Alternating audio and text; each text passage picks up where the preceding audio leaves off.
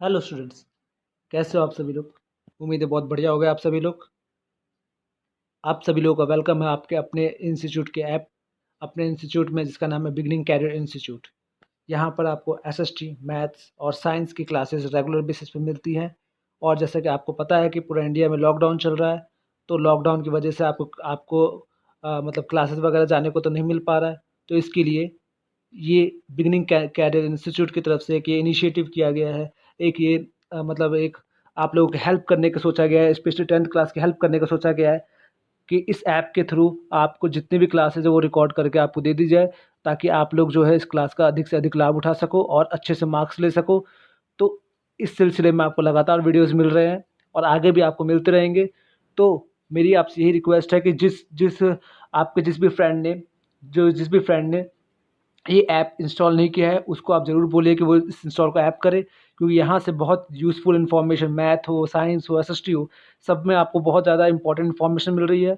और यही वो वक्त है जिसमें आप लोग मेहनत कर सकते हो, क्योंकि आप लोग एक चीज़ को ध्यान रखना है, इस चीज़ को कि यदि यदि आप लोग मेहनत नहीं कर रहे तो इस चीज़ को ध्यान रखना आप लोग कि कहीं कहीं ना कहीं कोई ना कोई व्यक्ति ज़रूर मेहनत कर रहा होगा, और जिस दिन वो आपसे मिलेगा वो आपसे जीत जाएगा। क्यों? क्योंकि जिस टाइम पे वो मेहनत कर रहा था उस टाइम पर आपने मेहनत नहीं किया। तो इसीलिए ऐसी सिचुएशन ना हो, इसके लिए कि आप निरंतर मेहनत करते रहिए, लगातार क्लास अटेंड कीजिए और दूसरे लोगों तक भी इस चीज़ को शेयर कीजिए। दूसरे लोगों को बताइए कि भाई ये बिगिनिंग इंस्टीट्यूट एक ऐप आ चुका है, इसको आप इंस्टॉल कर सकते हो। और यहाँ पर लग क्या रहा है? कुछ नहीं लग रहा है। दिन भर हम लोग दिन भर तुरंत दुनिया भर के वीडियोज़ वगैरह देखते हैं, ये चीज़ देखते हैं, वो चीज़ देखते हैं। इससे तो अच्छा है कि क्यों ना हम इस नेट को हम लोग पढ़ाई में यूज़ लें, है ना? ऑनलाइन पढ़ाई लें, स्मार्ट स्टडी करें, ठीक है? तो मैं अभिषेक कुमार, बिगिनिंग इंस्टीट्यूट का एसएसटी का फैकल्टी, आप लोगों के लिए एक नया वीडियो लेके आया हूँ, जो कि chapter number first of history, जो कि हम लोग का चल रहा था कंटिन्यू, आज इसका लास्ट पार्ट है। इसके बाद ये चैप्टर खत्म हो जाएगा, फिर हम लोग कल से चैप्टर नंबर 2 जो है नेशनलिज्म इन इंडिया, उसको स्टार्ट करेंगे। ठीक है, तो आइए देखते हैं। देखिए, हम लोगों ने जो क्या है, हम लोगों ने पिछली क्लास में हाँ, पिछले पिछले क्लास में क्या देखा था हम लोगों ने? पिछली क्लास में हम लोगों ने यूनिफिकेशन ऑफ ब्रिटेन के बारे में पढ़ लिया था, ठीक है? कि कैसे 1707 में एक एक्ट आता है यूनियन, जिसमें क्या होता है, जिसमें आपके जो स्कॉटलैंड होता है वो क्या होता है, स्कॉटलैंड को मिला लिया जाता है, ठीक है, ब्रिटेन में। और इंग्लैंड स्कॉटलैंड को मिला दिया जाता है ब्रिटेन में। और उसके बाद क्या हुआ, फिर आयरलैंड को भी धीरे धीरे करके मिला दिया गया। हम लोगों ने पढ़ाई था पिछली क्लास में, ठीक है? इसके बारे में डिटेल में नहीं जाऊंगा, आप अगर नहीं देखा तो आपने पिछली वीडियो देख लीजिएगा, पता लग जाएगा आपको। अब इसके बाद जो है नेक्स्ट टॉपिक है, दो इंपॉर्टेंट टॉपिक है, विजुलाइजिंग द नेशन। अब इसमें से आपके 1 नंबर के और 3 नंबर के क्वेश्चन बनते ही बनते हैं, इसलिए इस चीज़ को बड़े ध्यान सुनना आप लोग, ठीक है? क्या होता है विजुअलाइजिंग द नेशन?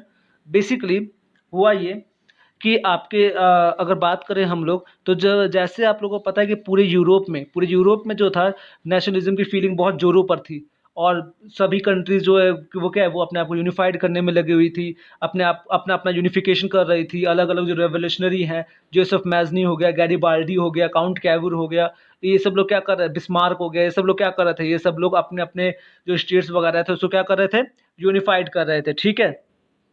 तो अब तो इन लोगों के बीच में, और अगर बात करें कंट्री के दूसरे लोगों के बीच में, को जो नेशनलिज्म की फीलिंग थी वो कैसे फैलती थी? तो वो फैलती थी जिसके थ्रू, उसका नाम है एलोगिरी। क्या नाम है? एलोगिरी, ठीक है? जिस जिस सिंबल के थ्रू जिस सिंबल के थ्रू लोगों के बीच में नेशनलिज्म की फीलिंग फैलती थी, उसे हम लोग क्या कहते थे? एलोगिरी। क्या कहते हैं? एलोगिरी। क्या होता है एलोगिरी? बेसिकली देखो, जैसे कि आप लोगों ने देखा होगा भारत माता का चित्र, कई बार देखा होगा आप लोगों ने। तो हालांकि वो इमेज जो है वो क्या, वो प्रेजेंट करती है भारत माता, बट रियलिटी में ऐसा कोई भी पर्सन नहीं है ना। मतलब कि जैसे वो भारत माता की हमने मूर्ति देख ली, पर रियलिटी में वो फीमेल थोड़ी ना है, वो तो केवल एक इमेजिन किया गया है। तो वैसे ही किसी भी कंट्री को डोनेट करने के लिए, किसी भी कंट्री में नेशनलिज्म फीलिंग को फैलाने के लिए अलग अलग सिंबल्स वगैरह को यूज़ किया जाता है, अलग अलग पेंटिंग्स को यूज़ किया जाता है, उसे हम लोग एलोगरी बोलते हैं, ठीक है? तो बेसिकली क्या हुआ, 18th और 19th सेंचुरी में, 18th एंड 19th सेंचुरी में लोगों के बीच में नेशनलिज्म की फीलिंग को बढ़ाने के लिए जो वहाँ के आर्टिस्ट थे, उन लोगों ने भी क्या हुआ, उन लोगों ने भी अपनी करामात दिखाई। करामात मीन्स इन द सेंस कि उन लोगों ने भी अपने कला का प्रदर्शन किया, और उन लोगों ने भी सोचा कि क्यों ना हम अपनी पेंटिंग के थ्रू पेंटिंग के थ्रू लोगों में नेशनलिज्म की जो फीलिंग है उसको स्प्रेड करें। तो इसके लिए क्या हुआ, इसके लिए artist in the 18 and 19th century found a way out of personifying a nation. तो उन्होंने क्या किया, नेशन को एक फीमेल के रूप में इमेजिन करके उसका जो स्टैच्यू वगैरह है वो बनाना स्टार्ट कर दिया, ठीक है। और बेसिकली इन 19th सेंचुरी जो आपके आर्टिस्ट थे उन्होंने फीमेल एलेगोरी को इन्वेंट किया था। कब किया था, 19th सेंचुरी में, ठीक है।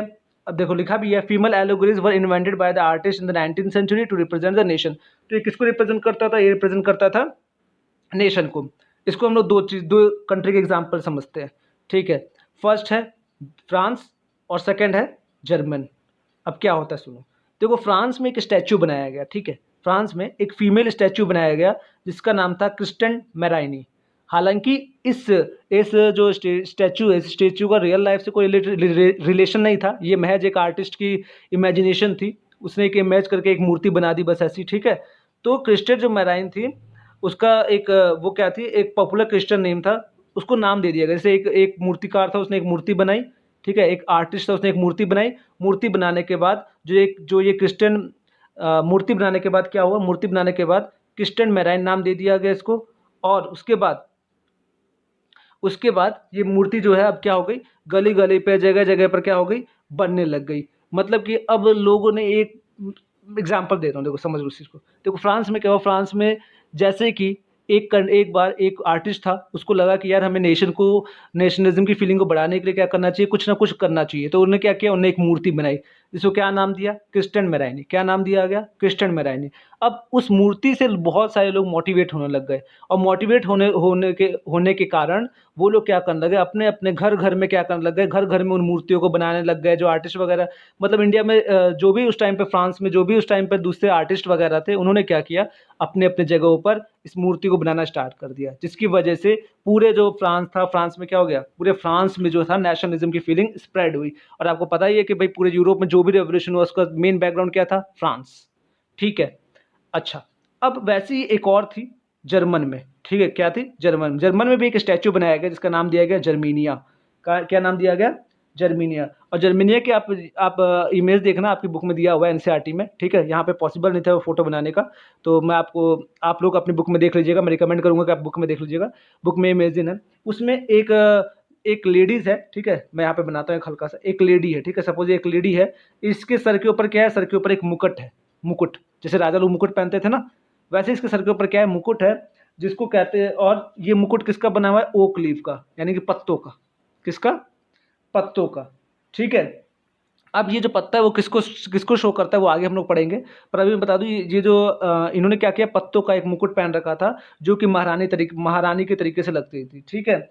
और बेसिकली, हाँ, बेसिकली ये क्या शो करता था, ये शो करता था हीरोइज्म का। कि ये शो करता था कि भाई देखो, जो पूरे जर्मन में क्रांति फैल चुकी है, तो लोगों को मोटिवेट करता था ये कि जर्मन के लोग ज़्यादा से ज़्यादा आए और सिंपल तरीके से क्या करें, सिंपल तरीके से नेशनलिज्म में पार्टिसिपेट करें, ठीक है। तो विजुअलाइजिंग द नेशन समझ में आ गया। क्या हुआ इसमें, अलग अलग एलोगोरीज, अलग अलग मूर्ति, अलग अलग स्टैचू वगैरह बनाना स्टार्ट किया। क्यों बनाना स्टार्ट किया गया, ताकि जो नेशनलिज्म की फीलिंग है उसको स्प्रेड किया जा सके। आइए अब आगे देखते हैं। अच्छा, अब देखो मैंने यहाँ पे बताया था, अब आगे देखो।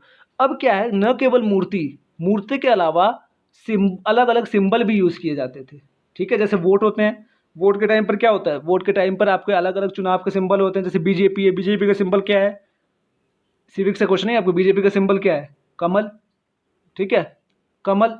वैसी ही कांग्रेस का सिंबल क्या है, हाथ का पंजा। वैसी क्या है, वैसी ही उस टाइम पर भी रेवोल्यूशन को बढ़ावा देने के लिए अलग अलग सिंबल का यूज किया जाता था। जैसे ब्रोकन चेन, यानी टूटी हुई चेन का किसके लिए यूज किया जाता था, फ्री होने के लिए। जैसे मान लो हाथ में हथकड़ी लगी हुई है और हथकड़ी टूट गई तो क्या हो गया, फ्री हो गए। उसके बाद नेक्स्ट क्या है, ब्रेस्ट प्लेट विथ ईगल, यानी कि आप समझ सकते हो कि एक ऐसी मूर्ति जिसके ऊपर क्या था, ईगल रहती थी। वो किसके लिए थी, जर्मन एम्पायर के स्ट्रेंथ करने के लिए। तीसरा ओक लीव्स आ गया, ओक लीव कहाँ पे यूज हुआ था, जर्मीनिया का जो मुकुट था वो किसका लीव का था, ओक लीव का। इसका मीन्स क्या था, हीरोइज्म मीन्स हीरो की फीलिंग होती है ना। हीरो का क्या काम करता है, अच्छे काम करता है, लोगों को मोटिवेट करता है। तो एक तरीके से क्या था, हीरोइज्म का फीलिंग था। स्वॉर्ड मीन्स तलवार किसके थे, रेडीनेस टू फाइट, तलवार से क्या क्या, तलवार से युद्ध लड़ा जाता है। तो स्वॉर्ड किसको डिनोट करती थी? रेडीनेस टू फाइट, अब हम लड़ने को तैयार हैं। तो वो लोग क्या करते, किस सिंबल का यूज करते थे? तलवार का। ओलाइव ब्रांच अराउंड द स्वॉर्ड, और स्वॉर्ड जो तलवार है, तलवार के आजू बाजू क्या किया गया? आजू बाजू अलग अलग ब्रांचेस वगैरह लगाए गए ओलाइव ट्री के, ठीक है। ये क्या था? पीस का। ब्लैक, रेड एंड ग्रीन, जैसे हमारा झंडा है वैसे उस टाइम पर क्या होता था? उस टाइम पर आपके जो लिबरल नेशनलिस्ट लोग थे उनका भी एक अपना झंडा होता था। वो क्या होता था? Try colour. Try colour means तिरंगा, 3 रंग का होता था, ब्लैक, रेड एंड गोल्ड। इस पर क्वेश्चन बन सकता है, ये 1 मार्क्स के क्वेश्चन में आ सकते हैं। मैच द फॉलोइंग में चाहे 1 वर्ड में क्वेश्चन आ सकते हैं, तो इसको जरूर अच्छे से पढ़ लेना। ब्लैक, रेड एंड गोल्ड, ये 3 ट्राई कलर यूज करते थे। कौन लोग? Liberal nationalist. 1848 में हमने पढ़ा था पिछली क्लासेस में। लिबरल नेशनलिस्ट जो लोग थे वो लोग black, red and gold try colour को अपने फ्लैग्स वगैरह में यूज करते थे, जो कि जर्मन स्टेट ने क्या कर दिया था? बैन कर दिया था। क्यों? क्योंकि जर्मन स्टेट को ये डर था कि यदि ये लिबरल नेशनलिस्ट की फीलिंग यदि हमारे भी जगह फैल गई तो क्या होगा? तो हमारी जो कंट्री है वहां पर मूवमेंट स्टार्ट हो सकता है। Next, rays of the rising sun. देखो यहाँ भी अपने इंस्टीट्यूट का नाम आ गया, बिगिनिंग, है ना। बिगिनिंग हर जगह पर है, ठीक है। अब आप बस देखते जाओ बिगिनिंग कितना डेवलप करता है, ठीक है। तो beginning of a new era. तो राइजिंग सन मीन्स क्या होता है? सूरज भगवान का उगना, सूर्य का उगना, सूरज का उगना। सूरज का उगना क्या बताता है? नया जमाना आ गया, ठीक है, नया एरा आ गया। नया दिन कब होता है? जब सूरज उगता है। तो वैसे ही आप याद कर सकते हो कि जब सूरज उगता है तो मतलब नया एरा आता है, यानी एरा मीन्स युग, नया युग आता है, नया टाइम आ गया, ठीक है, अपना टाइम आएगा, है, ठीक है। चलो भाई आगे देखो। अच्छा, अब जो नेक्स्ट लास्ट हेडिंग है वो है नेशनलिज्म एंड इम्पेरियलिज्म। अब बेसिकली क्या हुआ, जैसा कि मैंने आपको पहले ही बताया कि अब अलग अलग सिंबल यूज़ किए गए, अलग अलग जो रेवोल्यूशनरीज किए गए, अलग अलग सोसाइटी स्टेबलाइज की गई, उसके थ्रू क्या हो गया? अब धीरे धीरे पूरे यूरोप में क्या हो गया? नेशनलिज्म की फीलिंग जो थी वो धीरे धीरे बहुत ज़्यादा बढ़ने लग गई, ठीक है। और इन सब के बीच में सबसे बड़ी जो सीरियस प्रॉब्लम थी, ये देखो इसमें 3 मार्क्स का क्वेश्चन आता है, इसे ध्यान सुनना इसी को। सबसे बड़ी जो सीरियस प्रॉब्लम थी वो क्या थी? 1871 में बल्कान रीजन की। अब इसमें से क्वेश्चन बनता है कि what was the problem of Balkan region. 3 marks का क्वेश्चन बन जाएगा सीधा, और आता भी, आप लोग प्रीवियस ईयर के पेपर्स देखोगे ना तो उसमें आपको मिलेगा ये क्वेश्चन देखने को। तो बेसिकली 1871 में क्या हुआ? 1871 में पूरे यूरोप में एक सीरियस प्रॉब्लम क्रिएट हुई जिसका नाम था बल्कान रीजन। बेसिकली था क्या? बल्कान रीजन, अगर ज्योग्राफिकली बात करें तो बल्कान रीजन जो था वो क्या था? वो आपके अलग अलग कंट्री से मिलके बना था। ये बल्कान कोई अपना एक ऑस्ट्रेलिया, यूरोप की तरह कोई एक कंट्री नहीं था। ये क्या था? ये अलग छोटे छोटे कंट्रियों से मिलकर बना था। जैसे आपके हो गया रोमानिया, बुल्गारिया, अल्बानिया, ग्रीस, और भी बहुत सारी छोटी, सल्वानिया, बहुत सारी छोटी छोटी जो कंट्रीज थी उनके साथ मिलकर क्या हुआ था? ये बल्कान बना था। अच्छा, और इसके ऊपर रूल कौन करता था? इसके ऊपर ऑटोमन एम्पायर रूल किया करता था। यानी जो ऑटोमन एम्पायर था उसने छोटे छोटे स्टेट्स को पहले क्या किया? कॉन्कर किया। छोटे छोटे स्टेट्स क्या? छोटे छोटे कंट्री को कॉन्कर किया, जीता। जैसे रोमानिया को जीत लिया, बुल्गारिया, फिर बुल्गारिया का जीत लिया, फिर अल्बानिया को जीत लिया, फिर ग्रीस को जीत लिया। अब क्या किया उसने? इन सब स्टेट्स को मिलाकर एक कंट्री बना दी जिसका नाम था बल्कान। तो बेसिकली क्या हुआ? जैसे 19th सेंचुरी का लास्ट क्वार्टर आता है, last quarter of 19th century का लगभग, मतलब आप समझ सकते हो लगभग 1890s की बात कर रहा हूँ मैं, ना, 19th सेंचुरी के आसपास। तो 19th सेंचुरी में क्या होता है? जैसे ही 19th सेंचुरी का लास्ट क्वार्टर आता है उसमें क्या हुआ? उसमें जो बल्कान के लोग थे उनको, उनके अंदर ये फीलिंग राइज हुई कि अरे यार, कभी ऐसा भी टाइम तो था कि हम लोग फ्री थे।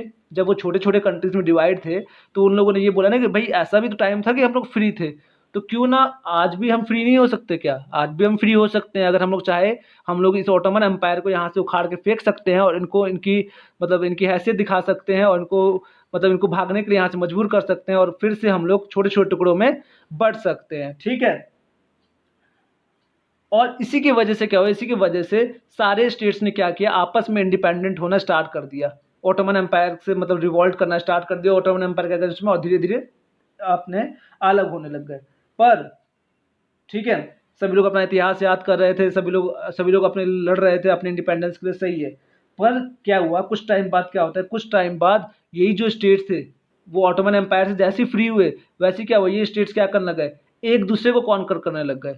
जैसे बुल्गारिया वो रोमानिया को, रोमानिया वो अल्बेनिया को, अल्बेनिया जो है ग्रीस को, मतलब धीरे धीरे क्या करने लग गए ये लोग आपस में एक दूसरे को कॉन्कर करने लग गए। जैसे कि इंडिया में था ना, कि इंडिया में जो छोटे छोटे राज्य होते थे, छोटे छोटे स्टेट्स वगैरह होते थे, वो क्या करते थे? वो एक दूसरे के ऊपर अटैक करते थे, युद्ध लड़ते थे, लड़ाई लड़ते थे, ताकि वो एक दूसरे को जीत सके। वैसे ही इसमें भी हो गया कि जो छोटी छोटी कंट्रीज थी वो पहले इंडिपेंडेंट होने को लड़ रही थी, तो जैसे ही वो ऑटोमन एम्पायर से इंडिपेंडेंट होती हैं वैसे ही वो क्या उनमें आपस में लड़ाई स्टार्ट हो जाती है कि भाई मैं शक्तिशाली हूँ, तो वो बोलता है, ग्रीस बोलता है नहीं मैं शक्तिशाली हूँ, तो बुल्गारिया बोलते तुम काहे के शक्तिशाली, मैं शक्तिशाली हूँ। ठीक है, तो इन सब चीज़ों की वजह से इन लोगों में आपस में लड़ाई हो गई।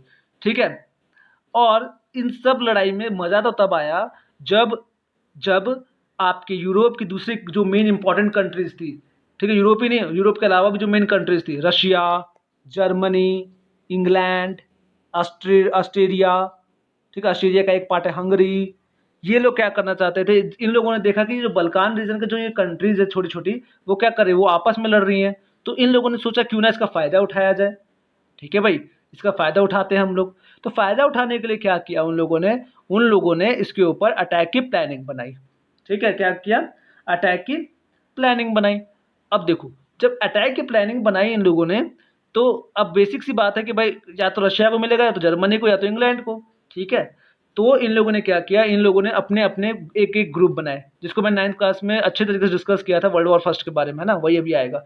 तो इन्होंने क्या किया, इन्होंने आपस में टुकड़ों में, आपस में छोटे छोटे पार्ट्स में क्या कर लिया, सॉरी, रशिया, जर्मनी, इंग्लैंड और ऑस्ट्रेलिया के लोगों ने क्या किया, बल्कान को जीतने का अपने अपनी तरफ से प्रयास करने लगे, अपने अपनी तरफ से ट्राई अटैक करने लगे इसके ऊपर। ठीक है भाई, अपनी तरफ से क्या करने लगा इसके ऊपर, बल्कान के ऊपर अटैक। और बल्कान के ऊपर अटैक करने का जो रीज़न था वो बेसिकली ये तो रीज़न था ही कि ये लोग आपस में लड़ रहे थे, और दूसरा रीज़न था जियोग्राफिकल कंडीशन। जियोग्राफिकल कंडीशन की बात करें तो जियोग्राफिकली क्या था, काफ़ी ज़्यादा अच्छा था। क्यों, क्योंकि यहाँ पे मिनरल्स वगैरह बहुत ज़्यादा पाए जाते थे। दूसरा, फ्रंटियर के हिसाब से, फ्रंटियर मीन्स होता है बॉर्डर लाइन, उसकी बॉर्डर लाइन जो थी वो दूसरे स्टेट्स के साथ भी कनेक्ट होती थी, जिसकी वजह से क्या होता था, जिसकी वजह से वो लोग जिसकी वजह से ऐसा हो सकता था कि यदि बल्कान रीजन के ऊपर ऑक्युपाई कर लिया जाए तो क्या हो जाएगा, तो हम लोग दूसरे स्टेट को भी इजीली कनकर कर सकेंगे। तो हम लोग कह सकते हैं कि वर्ल्ड वॉर फर्स्ट का रीजन जो था वो क्या था, बल्कान। बल्कान की जो प्रॉब्लम थी वो सबसे इंपॉर्टेंट रीजन थी। वैसे तो बहुत सारे रीजन थे वर्ल्ड वॉर फर्स्ट के लिए, पर बल्कान जो रीजन था वो सबसे इंपॉर्टेंट रीजन था। ठीक है, यहाँ तक बात क्लियर। तो इस तरीके से हमारा जो चैप्टर वो खत्म होता है, और लास्ट में वर्ल्ड वॉर फर्स्ट होता है। आपको पता ही है फिर वर्ल्ड वॉर फर्स्ट में क्या होता है, वर्ल्ड वॉर फर्स्ट में फिर वो लोग जीतते हैं। ठीक है, और वर्ल्ड वॉर फर्स्ट में कितने ज़्यादा नुकसान होता है, पूरे जो मतलब बहुत ज़्यादा खून खराबा वगैरह होता है। ठीक है, और बेसिकली वर्ल्ड वॉर फर्स्ट कब से कब तक चलता है, 1914 से 18 तक। ठीक है, और फाइनली 1918 में क्या होता है, वर्ल्ड वॉर फर्स्ट खत्म हो जाता है। ठीक है, तो ये क्वेश्चन, ये इसको रट लेना, बल्कान रीजन को, बहुत ही इंपॉर्टेंट है, 3 मार्क्स में क्वेश्चन आता ही आता है कि what was the problem of Balkan, what was the reason, या ये भी आ सकता है what was the reason of world war first. ठीक है, और इकोनॉमिक हार्डशिप इसमें से देख लेना। ठीक है, ये सब इंपॉर्टेंट है, और बाकी तो मैं आगे बता दूंगा। अच्छा, अब एक टर्म है जो कि मैंने बताया था आपको, एलोगरी। एलोगरी का मीनिंग क्या होता है, लास्ट में देख लेते हैं हम लोग, बस 4 से 5 मिनट, ज़्यादा नहीं।